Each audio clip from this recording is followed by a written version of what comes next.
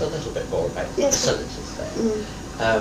Down in Trinidad, as I would say, we had all these wagons of coal and coke coming in. There's also facilities for livestock, and we had various wagons of horses, pigs, and various livestock came in, and there were proper cattle pens for receiving all this livestock. And another thing that comes to my mind, they had special loading bays for agricultural machines. In the sort of late 30s, they were just coming in to being all the farmers around were buying these various machines, and a vast number came in by train. You had Oakes Brothers, of course, the agricultural engineers, and you had Bennett's down on the Bath Road. They had quite a lot coming in, combine harvesters and various machines like that. So that was another facility in the station, and you had a proper crane for lifting these out of the wagons onto the road. And so, generally, the station was a very, very busy place. And more so, of course, during the war years. Want me to continue about the war years, or is that separate? How many staff did you have? How many staff? Well, shall I just say in sort of 1939, prior to the war, there was a station master, there were 2 booking clerks, 2 people in the goods office, you had about 3 or 4 porters at the passenger station, and you had about 3 or 4 staff at the goods station. You had a checker, then of course there was this motor driver who drove the lorry to deliver parcels, collect parcels. So I suppose there was a staff of at least 20. Then of course in addition to that you had 2 signal boxes, which required 3 signalmen, 3 in the nose. So there's another 6 staff. So just speaking from memory, I would say you were talking about up to 30 staff. And of course you had your permanent way staff. I think there again I'm right to say there were 2 sets of permanent way staff, one for looking after the track west of Hamilton, one east of Hamilton, and you'd have at least 6 in each gang. And so thinking of all that, you're coming up to 40 staff. Quite an employer. Yes, yes, very busy life. What happened when the war came?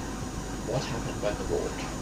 Well, the station was even busier in different sort of ways. As I expect you have heard, we had a lot of troops stationary at Littlecote and Chilton and all the big places. There were hundreds stationed around. And I can remember I actually started my railway career at Hackney Station in the December 1939.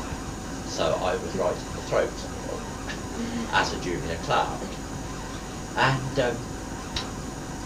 the commander of these various units would ring up the station master perhaps on a Tuesday, Wednesday. Oh, I've got 300 men. I want to go on leave to Blackpool or somewhere up there, that area for instance.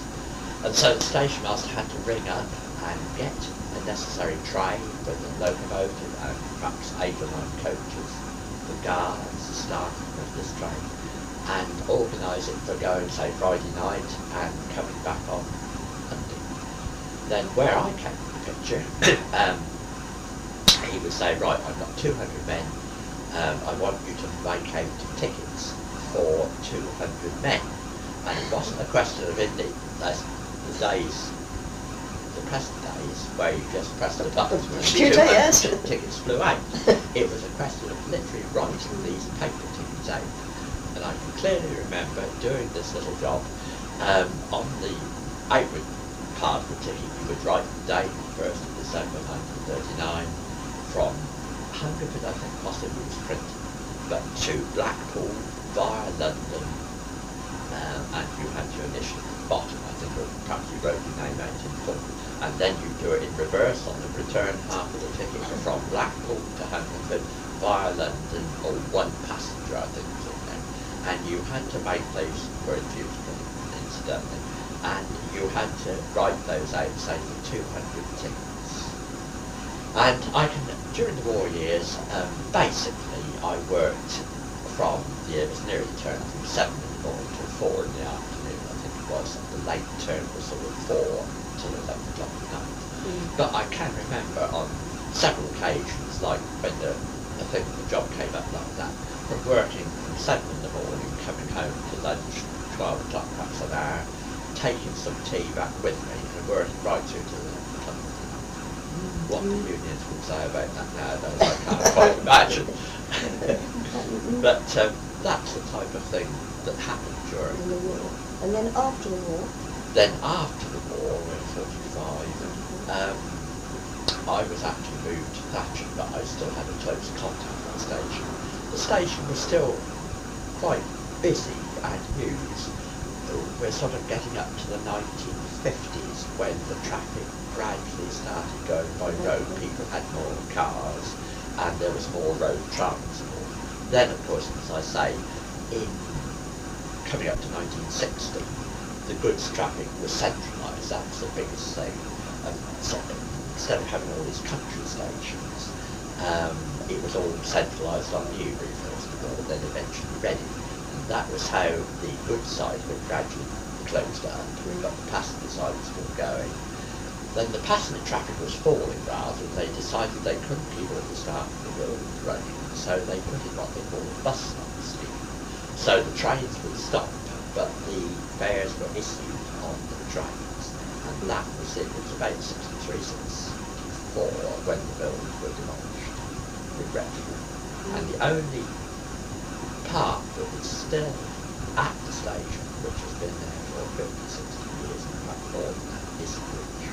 That is the original part of the station. The only part. That's